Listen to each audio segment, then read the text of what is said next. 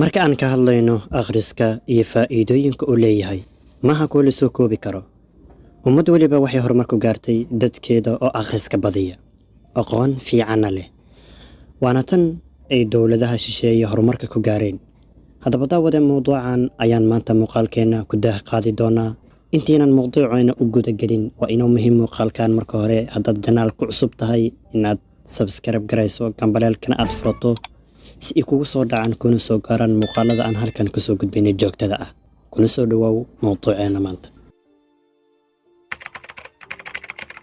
diinteena islaamka waxay nagu baraarujinaysaa akhrinta inay tahay nolosha qofka oo dhan, waana tan lagu amray nabigeena Muhammad naxariis iyo nabadgelyo korkiisa ahaatee ereygii ugu horreeyay ee la faray wuxuu ahaa iqra.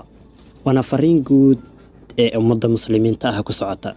haddii aan u guda galno akhriska iyo faa'iidada uu leeyahay, waxaan oran karnaa qaybo badan ayuu faa'iido u leeyahay. sida midda koobaad, kobcinta garaadka. garaadku waa xubnaha jirka bini'aadamka ah ka mid ah, wuxuuna u baahan yahay in mar walba la kobciyo. waxyaabaha lagu kobciyana waxaa ka mid ah akhriska, inuu u noqdo mid joogto ah. culimada ku xal dheer arrimaha caafimaadka waxay tilmaamayaan in qofka akhriska badan in uu ka caafimaad badan yahay kana garaad badan yahay qofka aan waxba akhrin. midda labaad waxay tahay ka hortagga walwalka. waxaan shaki ku jirin in qof walba oo dunidan ku nool in mararka qaar uu la kulmo walwal ka yimaada dhanka shaqada ama qoyska. walwalkaas waxyaabaha looga hortagi karo waxaa ka mid ah in qofku uu wax akhriyo, sida qur-aanka kariimka ah oo ah waxa ugu fiican ee qofka ku iloobi karo walwalkiisa. sidoo kale sheekooyinka xiisaha badan. midda saddexaad waxay tahay aqoon kororsi. waxaa hubaal ah in akhrisku uu ku horseedayo horumarka noloshaada, gaar ahaan marka aad akhrinayso waxa aad adigu jeceshahay, waayo waxaa ku kordhaya aqoon badan. waxaana noqonaysaa qof aqoon badan u leh takhasuskiisa.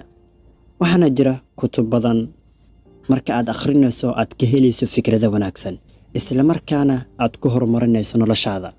eray bixin fiican. midda afraad, mar walba oo akhriskaadu badan yahay waxaa hubaal ah in aad ka faa'iidaysanayso erayo badan oo aadan horay u aqoon. eray bixintaas waxay ku horseedaysaa in aad ka socnaato dadka kale. midda shanaad, qoraal fiican.